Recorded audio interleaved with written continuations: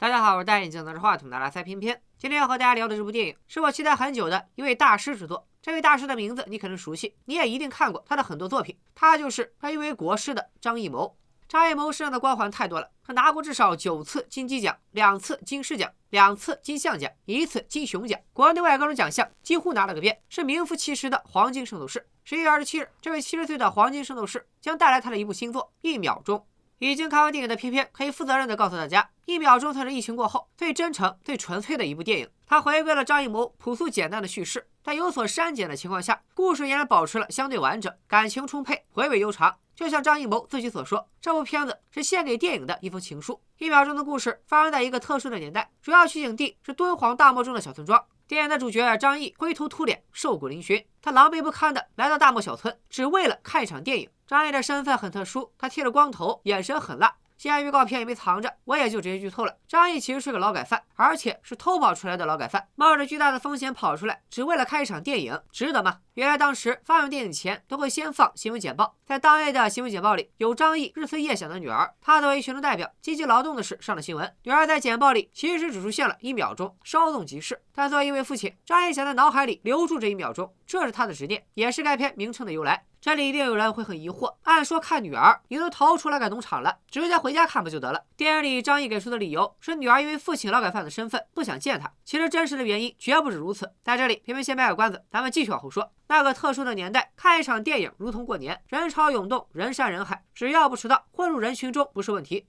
在村里放电影的是位德高望重的人物老范。老范在任期间从未出过放映事故，备受村民们尊敬，大家都叫他范电影。张译只要等着老范放电影，就可以看到女儿完成心愿。但一个小姑娘却不知为何把新闻简报的胶片给偷走了，这可急坏了看电影的和放电影的3个角色之间，就此展开了一场胶片争夺战。为了不破坏大家的观影体验，我就不过多剧透了，还是推荐大家走进电影院自己看一看。从风格角度，你可以把1秒钟理解为中国版的天堂电影院。因为和天堂电影院一样，1秒钟包含了张艺谋导演对电影的热爱，尤其是对胶片时代的缅怀。电影里那群情激昂的看电影场景，鸡飞狗跳，烟火气息浓郁，不知是不是疫情期间不能去影院的记忆太深刻，我看到人们对于观影的那种赤诚热情，自己不知不觉就热泪盈眶了。偏偏关于电影放映最早的记忆是小时候的夏天，村里偶尔会放露天电影，在全村最宽的一条主干道上，路两侧的电线杆子之间扯一块大布，男女老少拿着马扎坐在路上，电影就这么放了起来。放的大多是地道战、地雷战一类的革命老电影。夏天的蚊虫在半空中飞舞，在放映机投射的光柱下，仿佛萤火虫一般，又好像更远处的点点星光。扯远了，如今生活在大城市，偏偏已经很久没有看过星星，胶片电影也逐渐被数字电影所取代。1秒钟里展示了很多胶片电影的放映技术，他们大多出自张艺谋自己的经验。如今很多手艺随着胶片的消失，几乎快要失传了。片中有一场戏是胶片被泥土污染，需要抢救。老范张罗了一群人，先是用床单运送胶片，然后用筷子小心挑起捋好，再架到铁丝上，用自制的蒸馏水清洗。这还不算完，还要拿抹布蘸水，顺便轻轻擦拭。擦完必须用扇子徐徐扇风将其吹干。这么折腾，只为了让全村人看上一场电影。还有更厉害的，电影里展示了一种名为大循环的技术，它可以通过串接让一个片段被反复播放。听上去不就是现在的鬼畜吗？如今在剪辑软件里轻而易举的操作，过去则要搭建出一个迷宫阵，而且这还是高精尖技术，一般人不会。当然我们的范老师是精通的。说到范伟，因为他的参与，给1秒钟增添了不少喜剧元素。电影里有一段关于凳子的戏，应该是我今年在电影院里看过的最好笑的一场戏。当然了，1秒钟骨子里不是喜剧，电影最早的结局是一个相对灰暗的结局。刚才偏偏留了个悬念，张译冒着这么大风险逃跑，为啥不直接去看女儿？现在就给大家揭秘。在影片最高潮的一幕戏，张译和小姑娘被绑在了一起，观众的情绪也升到了顶点。但看的时候总给人感觉还差那么一口气。偏偏大胆猜测，最早的未删减版本里，就是在这一幕戏，张译亲口对小姑娘说出了自己不顾一切逃出来看电影的真正原因。他的女儿已经不在人世了，而且不幸就发生在他积极劳动被拍摄的过程中，那1秒钟竟成了他人生中的最后1秒。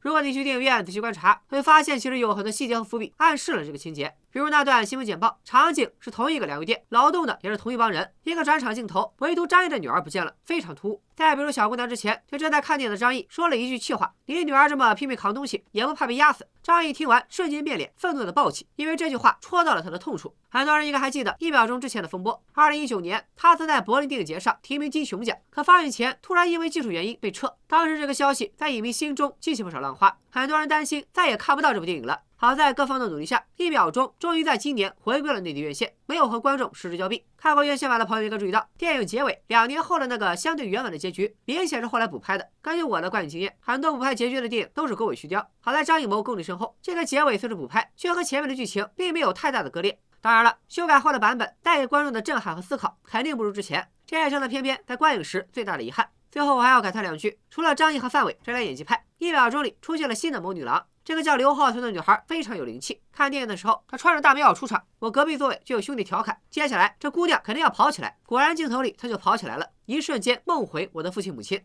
张艺谋对女性演员的塑造一向有一套，巩俐、章子怡、周冬雨，哪个现代不是响当当的一线？这次的谋女郎刘浩存说不上表现惊艳，但她身上那股又清又纯的少女感，不甜腻不世故，在当下的大荧幕上非常难得。她和张译、范伟这样的绝对演技派合作，看不出突兀和不协调。就凭这一点，这个小姑娘值得期待。最后的最后，我个人给1秒钟打个分吧。我觉得满分10分，它至少能拿8分，如果没有删减，说不定能到9分以上。它的时代背景如此敏感，它呈现的是一个你不让我看电影，我就要看电影的故事。电影里很多台词都特别经得起琢磨，双关性很强，能懂的人一听就懂。说句稍显夸张的话，1秒钟在张艺谋的作品序列里，立意上直追1994年获得戛纳3项大奖的《活着》。1秒钟算是真正开启2020年末档期的头炮。我不太看好它的票房成绩，因为它太纯粹了，几乎没有任何商业上的考量。但我相信它的口碑绝对不会差，偏偏也是非常真诚的推荐大家去看一看，绝对不是恰饭。